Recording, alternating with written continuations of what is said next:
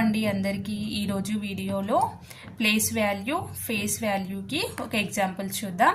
Example ఒక number తీసుకున్నాను నేను ఇక్కడ 1579. ఓకేనా. ఇప్పుడు 9 అనేది ఏ ప్లేస్లో ఉంది? వన్స్ ప్లేస్లో. కాబట్టి 9 × 1 = 9. 7 అనేది ఏ ప్లేస్లో ఉంది? టెన్స్ ప్లేస్లో. 7 × 10 = 70. 5 అనేది ఏ ప్లేస్లో ఉంది? 100 ప్లేస్లో. 5 × 100 = 500.